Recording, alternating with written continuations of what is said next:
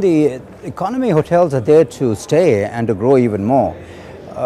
The local population, the domestic tourism per se in countries like China, India and Asia have made a great recall, and at the end of the day, because of local travel and affluence, domestic tourism has grown tremendously, and there's nobody better who understands domestic tourism than its own people domestically.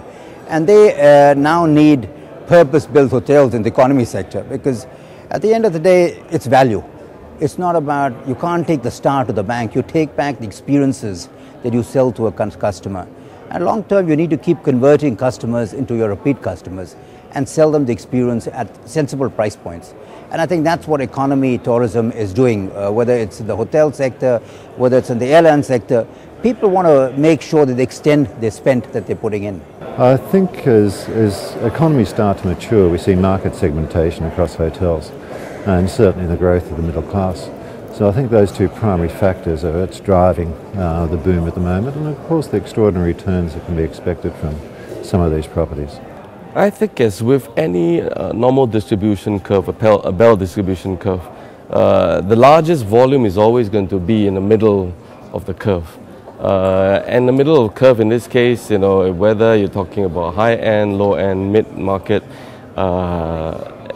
that's where the bulk of demand, that's where the bulk of numbers are going to be. So I think primarily that's what drives the mid-market hotel business, for one. And secondly, end of the day, most business people, when they travel, be it on business or leisure, I think still look for value in money, value in spending, value in price. Of course, there's some that would be able to afford to fly around in private jets, private boats and cruises, what have you, stay at the highest end.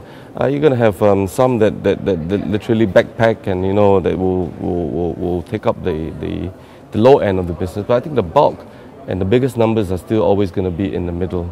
Value for money is something I think that's a term that's tossed around a lot, and I think that's when any market moves up, that middle portion is what holds the most potential and capacity. I think it depends on the location that you're talking about. I think there's locations where economy hotels will do very well.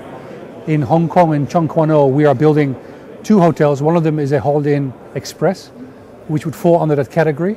We think in Chung Kwan O, it will do very well. I don't think one of our other brands like Four Seasons or Ritz-Carlton will do well because of the location.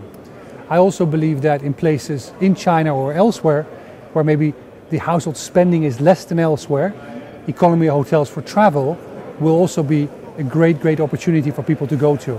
And the type of people you attract. We have an economy hotel in Times Square in Hong Kong. It is not a 5-star, but it's packed.